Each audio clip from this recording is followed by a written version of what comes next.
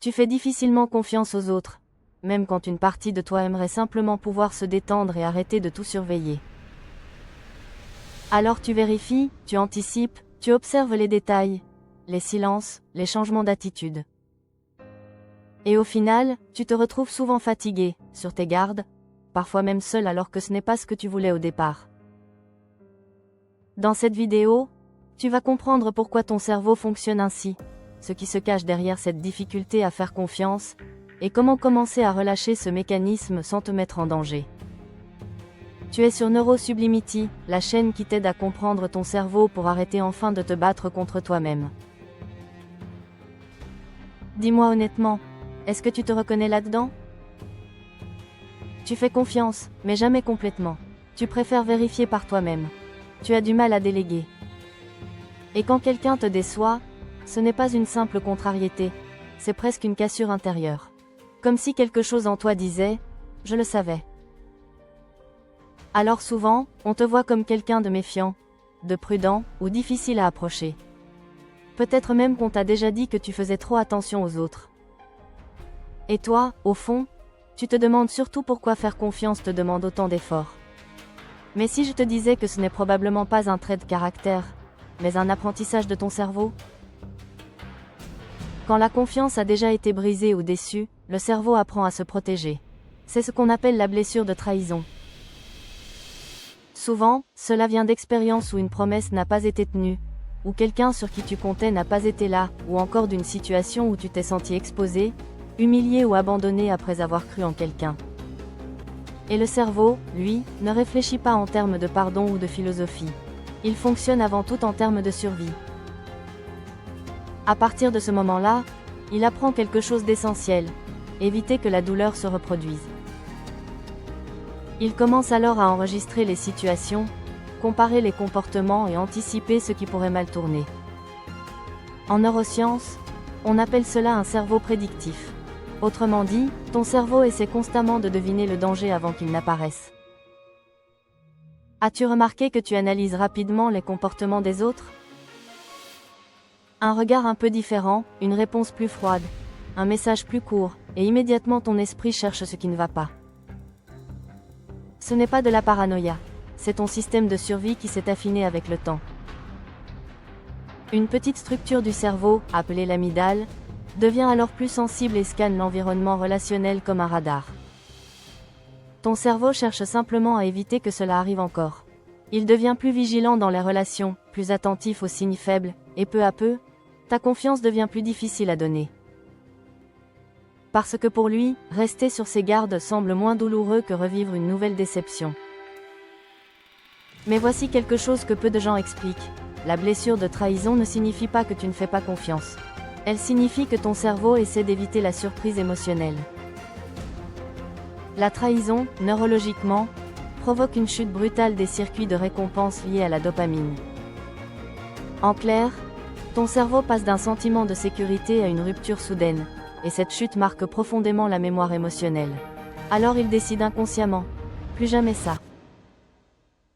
Est-ce que tu vois le paradoxe qui commence à apparaître? Plus tu veux éviter d'être trahi, plus tu restes en alerte. Et plus tu restes en alerte, plus les relations deviennent tendues sans que tu le veuilles vraiment. Peut-être que tu testes les gens sans t'en rendre compte. Peut-être que tu observes longtemps avant d'ouvrir ton cœur.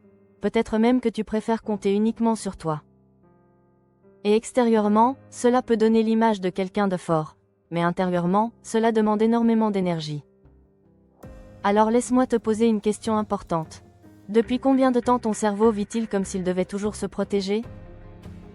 Parce qu'à force d'anticiper le danger, il finit parfois par voir une menace même là où il n'y en a pas.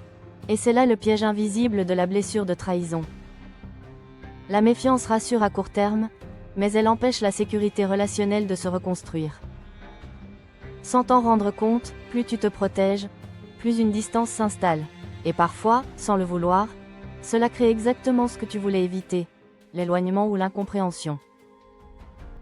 Ce n'est pas une faute, c'est un mécanisme. Maintenant, la bonne nouvelle, et elle est essentielle, c'est que le cerveau reste plastique. Il peut apprendre autre chose. Pas à devenir naïf, pas à faire confiance aveuglément, mais à retrouver une forme de sécurité intérieure. La première clé consiste à apprendre à observer sans se fermer. Après une trahison, ton cerveau devient vigilant pour te protéger. Mais parfois, cette vigilance se transforme en contrôle. Or, vigilance ne veut pas dire contrôle. La vigilance observe. Le contrôle, lui, tente d'empêcher que quelque chose arrive.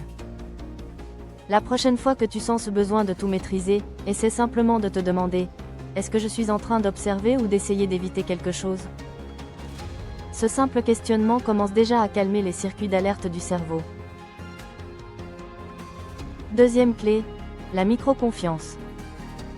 Le cerveau ne change pas avec de grandes décisions émotionnelles, mais avec de petites expériences répétées. Donner une petite responsabilité, dire une vérité simple, laisser un espace où tout n'est pas parfaitement sécurisé. Chaque expérience positive réécrit progressivement la mémoire émotionnelle. Troisième clé, et celle-ci surprend souvent, apprendre à tolérer la déception. Parce que la vraie guérison ne vient pas du fait que personne ne te trahira plus jamais. Cela, on ne peut pas le garantir. Elle vient du moment où ton cerveau comprend que même si une relation déçoit, toi, tu restes solide.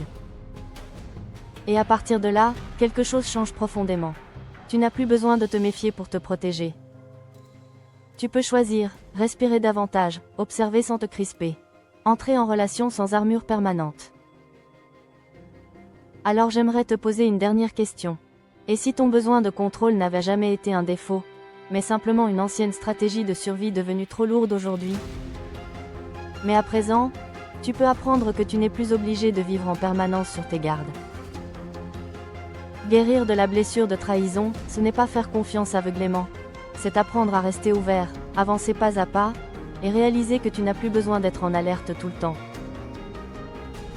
Si tu t'es reconnu dans cette vidéo, écris simplement en commentaire le mot confiance ou même juste un symbole qui représente ce que tu ressens aujourd'hui. Et si tu veux continuer à comprendre ton fonctionnement intérieur sans culpabilité, alors abonne-toi, parce qu'ici on apprend une chose essentielle. Quand on comprend son cerveau, on commence enfin à se libérer.